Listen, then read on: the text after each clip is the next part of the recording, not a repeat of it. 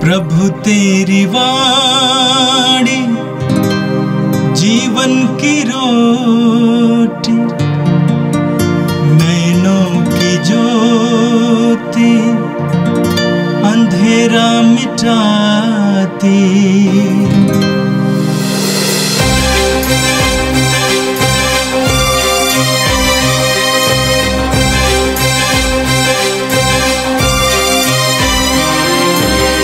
प्रभु तेरी वाणी जीवन की रोटी, नैनों की ज्योति अंधेरा मिटाती। प्रभु तेरी वाणी जीवन की रोटी, नैनों की ज्योति अंधेरा मिटाती। वाणी वाणी वाणी वाणी वाणी पवित्र है, शाश्वत है, जीवन का मन्ना है। 10 नवंबर शुक्रवार। पहला पाठ रोमियों के नाम संत पौलुस का पत्र, अध्याय 15, वचन संख्याएं 14 से 21। भाइयों, मुझे दृढ़ विश्वास है कि आप लोग सद्भाव और हर प्रकार के ज्ञान से परिपूर्ण होकर एक दूसरे को सत्य परामर्श देने योग्य हैं। फिर भी कुछ बातों का स्मरण दिलाने के लिए मैंने आपको निसंकोच होकर लिखा है, क्योंकि ईश्वर ने मुझे गैर यहूदियों के बीच यीशु मसीह का सेवक तथा ईश्वर के सुसमाचार का पुरोहित होने का वरदान दिया है, जिससे गैर यहूदी पवित्र आत्मा द्वारा पवित्र किए जाने के बाद ईश्वर को अर्पित और सुग्राह्य हो जाएं। इसलिए मैं यीशु मसीह द्वारा ईश्वर की सेवा पर गौरव कर सकता हूँ।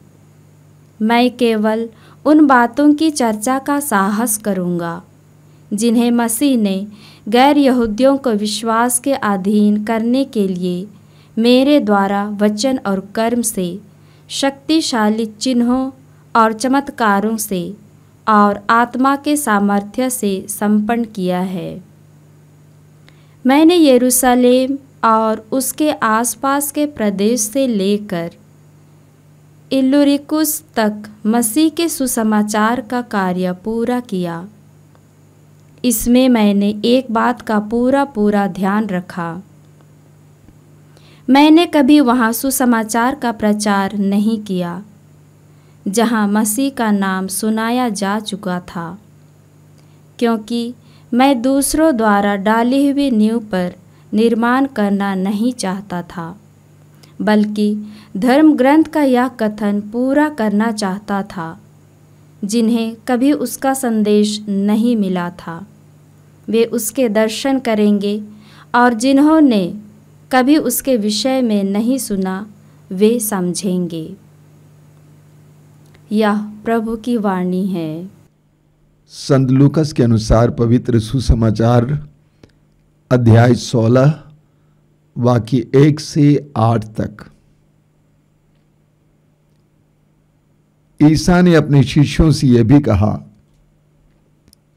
किसी धनवान का एक कारिंदा था। लोगों ने उसके पास जाकर कारिंदा पर यह दोष लगाया कि वह आपकी संपत्ति उड़ा रहा है। इस पर स्वामी ने उसे बुलाकर कहा, यह मैं तुम्हारे विषय में क्या सुन रहा हूं? अपनी कारीगरी का हिसाब दो, क्योंकि तुम अब से कारिंदा नहीं रह सकते। तब कारिंदा ने मन ही मन यह कहा, मैं क्या करूं? मेरा स्वामी मुझे कारीगरी से हटा रहा है।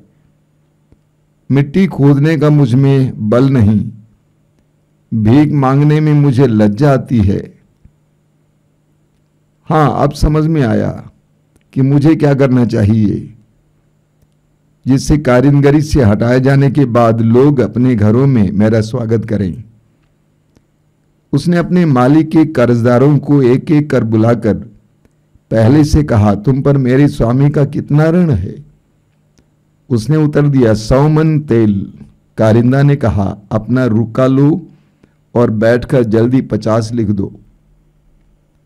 फिर उसने दूसरे से पूछा, तुम पर कितना ऋण है? उसने कहा, 100 मन गेहूं। कारिंदा ने उससे कहा, अपना रुका लो और 80 लिख दो।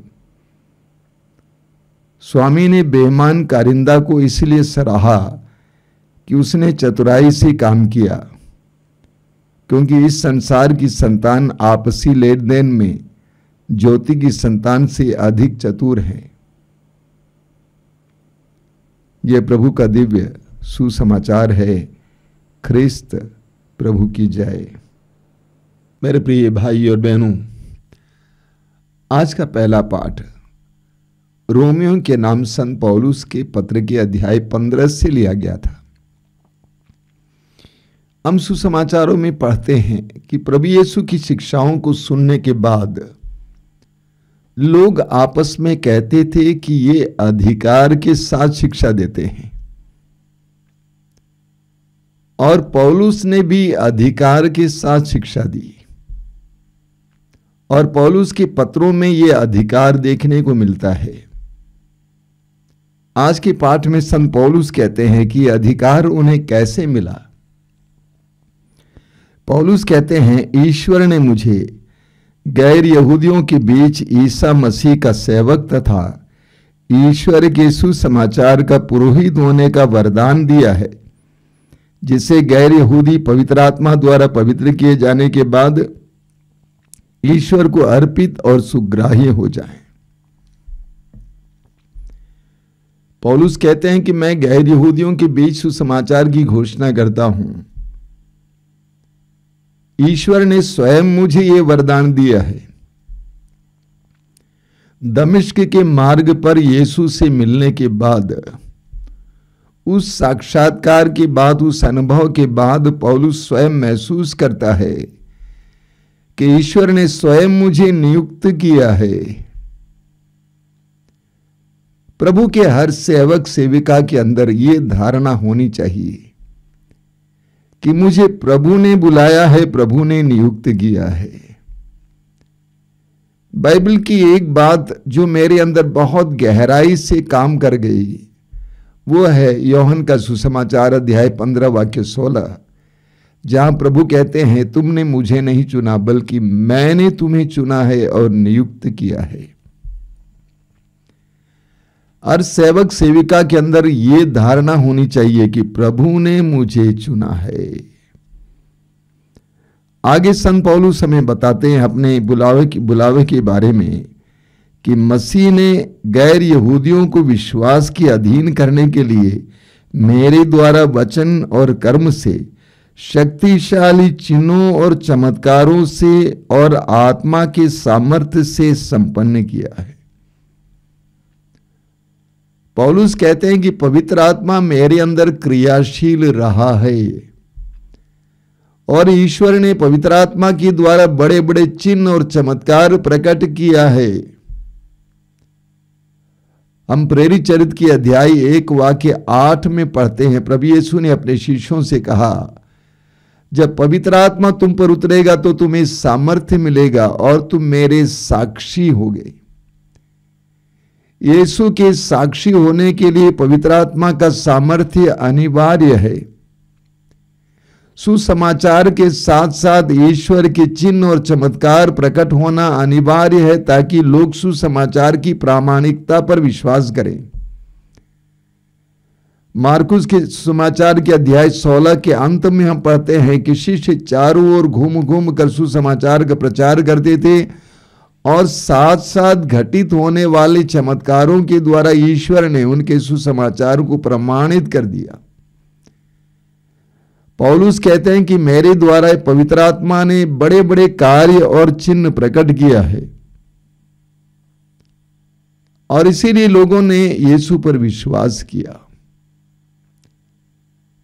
हम प्रेरित चरित्र के अध्याय 10 में पढ़ते हैं, उसके वाक्य 38 में प्रभु यीशु के बारे में लिखा हुआ है कि ईश्वर ने यीशु को सामर्थ्य तथा पवित्र आत्मा से परिपूर्ण किया, और वो चारों ओर घूम घूम कर भलाई करते रहे और शैतान के वश में पड़े रोगियों को चंगा करते रहे। पौलुस कहते हैं कि पवित्र आत्मा की क्रियाशीलता मेरे अंदर रही है, जिसके कारण लोगों ने सुसमाचार में विश्वास किया। और अंत में संत पौलुस एक संदेश देते हैं, वो महत्वपूर्ण है आज के लिए।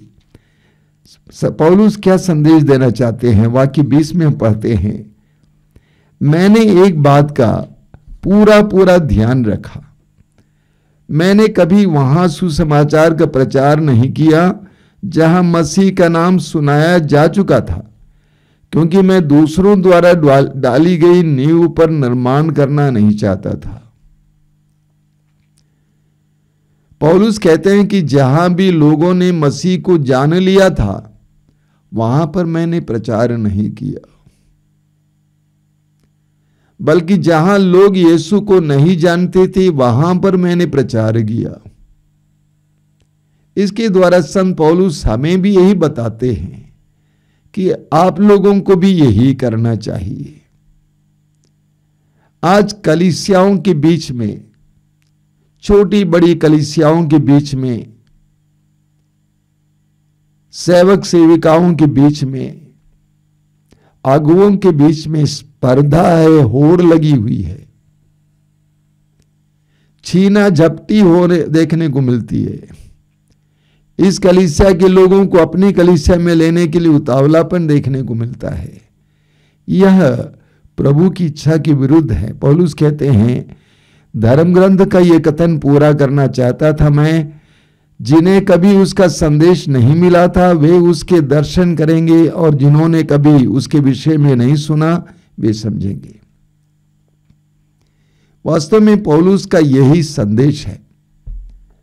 अपनी आधिकारिकता के बारे में बताने के बाद पौलुस कहते हैं कि कलीसिया में ऐसी प्रवृत्ति नहीं होनी चाहिए, छीना झपटी नहीं होनी चाहिए। एक कलीसिया के लोगों को इकट्ठा करके अपनी कलीसिया को बढ़ाने का प्रयास नहीं किया जाना चाहिए। ये सरासर पवित्र आत्मा के विरुद्ध कार्य है, ऐसा नहीं होना चाहिए।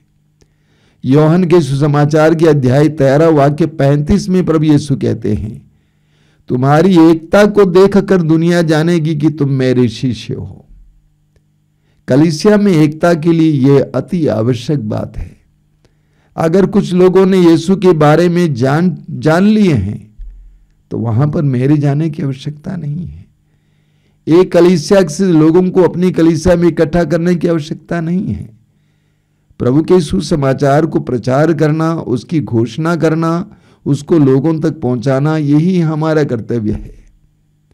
हमारा ये व्यवसाय नहीं है, हमारी ये जिम्मेदारी है, ईश्वर के द्वारा दी गई एक जिम्मेदारी है। हमें इस सत्य को जानना जरूरी है। और आज का सुसमाचार लूकास के सुसमाचार के अध्याय 16 से लिया गया था। सुसमाचार में आपने एक बहुत सुंदर दृष्टांत सुना। प्रभु यीशु ने एक बहुत सुंदर दृष्टांत सुनाया।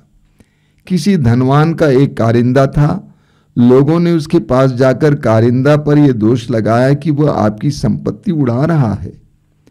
इस पर स्वामी ने उसे बुलाकर कहा कि मैं तुम्हारे विषय में क्या सुन रहा हूं, अपनी कारीगरी का हिसाब दो, क्योंकि तुम अब से कारिंदा नहीं रह सकते। कारिंदा मतलब आज की भाषा में मुंशी, मैनेजर। तब कारिंदा ने मन ही मन ये कहा, मैं क्या करूं, मेरा स्वामी मुझे कारीगरी से हटा रहा है, मिट्टी खोदने का मुझ में बल नहीं है, भीख मांगने में मुझे लज्जा आती है। तब उसके दिमाग में बात आती है, वो बोलता है, अब मैं समझ गया कि मुझे क्या करना चाहिए। जिसे कारीगरी से हटाए जाने के बाद लोग अपने घरों में मेरा स्वागत करें, उसने अपने मालिक के कर्जदारों को बुलाया, एक एक करके बुलाया और उनसे कहा कि लिखो, कम लिखो। इस तरह उसने सोचा कि जब मैं कारीगरी से बाहर हटूंगा, दुनिया जाऊंगा, तो लोग मेरा स्वागत करेंगे, मेरी मदद करेंगे, मेरे लिए आवश्यक बातों का प्रबंध करेंगे। एक अनोखी बात यहां पे पढ़ने को मिलती है। वो बात यह है, स्वामी ने बेईमान कारिंदा को इसीलिए सराहा कि उसने चतुराई से काम किया। कई लोग मुझे फोन करके पूछते थे कि स्वामी जी ऐसा क्यों, प्रभु एक बेईमान कारिंदे को सराह रहे हैं, उसकी प्रशंसा कर रहे हैं। ऐसा क्यों? वास्तव में अगले वाक्य में इसका अर्थ छिपा हुआ है। अगला वाक्य है लूकास का सुसमाचार अध्याय 16 वाक्य 9। वहां पे प्रभु यीशु कहते हैं, और मैं तुम लोगों से कहता हूं, झूठे धन से अपने लिए मित्र बना लो, जिससे उसके समाप्त हो जाने पर वे परलोक में तुम्हारा स्वागत करें। वास्तव में इस वचन को भी आज के सुसमाचार के साथ जोड़ना चाहिए था। इस दृष्टांत का यही सारांश है, अर्थ है कि जिस तरह उस बेईमान कारिंदे ने कारीगरी से हटाए जाने से पहले दुनिया में लोगों के द्वारा स्वागत किए जाने के लिए आवश्यक कदम उठाया, उसी तरह हमें भी इस संसार में रहते हुए परलोक के लायक जीवन जीना चाहिए। कि आपके पास धन है, धन का इस प्रकार उपयोग करें, सदुपयोग करें कि वह आपके लिए परलोक के लायक बना दे। एक छोटा सा उदाहरण देता हूं। मान लीजिए आपके पास पैसा है, बहुत पैसा है, आपने सोचा कि एक आलीशान बंगला बनाऊंगा, बनाइए, लेकिन कुछ पैसा उसमें से बचाइए और 4-5 छोटे छोटे घर गरीबों के लिए बना के दीजिए। बुद्धिमानी है। 4-5 परिवार आपके प्रति आभारी रहेंगे और आपके लिए दुआएं करेंगे। उनकी दुआएं आपकी और आने वाली पीढ़ियों को मिलेगी। कि आपके पास बहुत धन है, आप बैंक में जमा करते हैं और आपको ये खुशी है कि इतने करोड़ मेरे नाम पर है, मेरे बच्चों के नाम पर है। आप उसमें से कुछ धन इस्तेमाल करते हुए, कई गरीब बच्चे हैं जो पढ़ने में तेज हैं, लेकिन इसलिए कि वे उनके पास धन नहीं है, पढ़ नहीं पाते हैं, उनको पढ़ा सकते थे, उनकी तरक्की करा सकते थे, और वे हमेशा आपके प्रति आभारी रहते और उनकी दुआएं आपको मिलती। ईश्वर ने इस संसार में हमें अलग अलग प्रतिभाएं, शक्तियां दी हैं कि आपके पास कोई प्रतिभा है, उसको इस्तेमाल करें ईश्वर के राज्य के विस्तार के लिए। आपको अलग अलग मौका मिला है, उसको इस्तेमाल करें ईश्वर के राज्य के लिए। समाज में आपको अधिकार मिला है, पद मिला है, इस तरह आप इस्तेमाल करें कि आप परलोक के लायक बने। हमें इस संसार में प्राप्त संसाधनों को केवल सांसारिक जीवन के लिए ही सीमित नहीं रखना चाहिए, बल्कि हमें उस बेईमान कारिंदे की तरह आगामी जीवन के लिए इन सारी बातों को इस्तेमाल करना चाहिए, ताकि हम वास्तव में आगामी जीवन के लिए तैयार हो जाएं, योग्य हो जाएं। एफेसियों के पत्र के अध्याय 5 वाक्य 16 में संत पौलुस हमें बताते हैं, बहुत सुंदर वचन है। एफेसियों का पत्र अध्याय 5 वाक्य 16 में संत पौलुस कहते हैं, अध्याय वाक्य 16 में, वर्तमान समय से पूरा लाभ उठाएं क्योंकि ये दिन बुरे हैं। वर्तमान समय का पूरा लाभ उठाएं। हमें लूकास के सुसमाचार की अध्याय 12 में एक मूर्ख धनी के बारे में पढ़ने को मिलता है।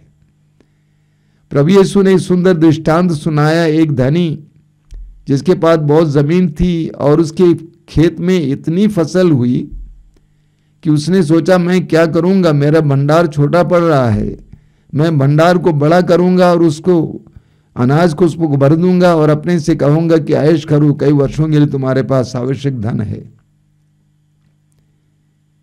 उस दृष्टांत में प्रभु कहते हैं कि उसी रात को ईश्वर उससे कहता है कि रे मूर्ख, यदि आज रात को तेरे प्राण तुझसे ले लिए जाएं तो ये धन संपत्ति किसकी हो जाएगी। प्रभु ने उसको मूर्ख धनी कहा क्योंकि वो धन उसके लिए एक सुंदर सुनहरा अवसर था। अपने भंडार में जितनी जगह है उसमें रख सकता था, बाकी वो बांट सकता था, गरीबों और आवश्यकता में पड़े लोगों को दे सकता था ताकि उनकी दुआएं उसको मिलें। इतना ही नहीं, अगर एक दिन उसको भी आवश्यकता पड़ता तो लोग उसकी मदद करने के लिए तैयार हो जाएं। हम पढ़ते हैं मत्ती के सुसमाचार के अध्याय 6 वाक्य 19 और 20 में। मत्ती का सुसमाचार उसके अध्याय 6 वाक्य 19 और 20 में प्रभु यीशु कहते हैं कि कैसी संपत्ति हमें इकट्ठा करना चाहिए। प्रभु कहते हैं पृथ्वी पर अपने लिए पूंजी जमा नहीं करो, जहां मोर्चा लगता है, कीड़े खाते हैं और चोर सेंध लगाकर चुराते हैं। स्वर्ग में अपने लिए पूंजी जमा करो, जहां न तो मोर्चा लगता है, न कीड़े खाते हैं और न चोर सेंध लगाकर चुराते हैं। प्रभु हमें बताते हैं कि संसार में जीते हुए हमें सारे संसाधनों को इस तरह इस्तेमाल करना है कि हम स्वर्ग के लिए धन इकट्ठा करें, जिसको ना कीड़े खाते, ना चोरी करके ले जाते। आइए हम प्रार्थना करें। प्रभु यीशु धन्यवाद देते हैं आज के सुंदर दिन के लिए, जीवन के वरदान के लिए धन्यवाद देते हैं। तेरे द्वारा दिए गए हर एक वरदान के लिए धन्यवाद देते हैं। प्रभु तूने हमें ढेर सारे अवसर दिए हैं, ढेर सारी कृपाएं दी हैं। उन सारी कृपाओं को अनंत जीवन के लिए, अपने आप को योग्य बनाने के लिए हम इस्तेमाल कर सकें। प्रभु यीशु समय हम सबको इसके लिए आशीर्वाद देना। ये प्रभु इन वचनों को सुनने वाले मेरे भाई बहनों के लिए मैं प्रार्थना करता हूं, आज का संपूर्ण दिन उनके लिए कृपा का दिन बने, आशीष का दिन बने। हमारी प्रार्थना को ग्रहण कर, आमीन।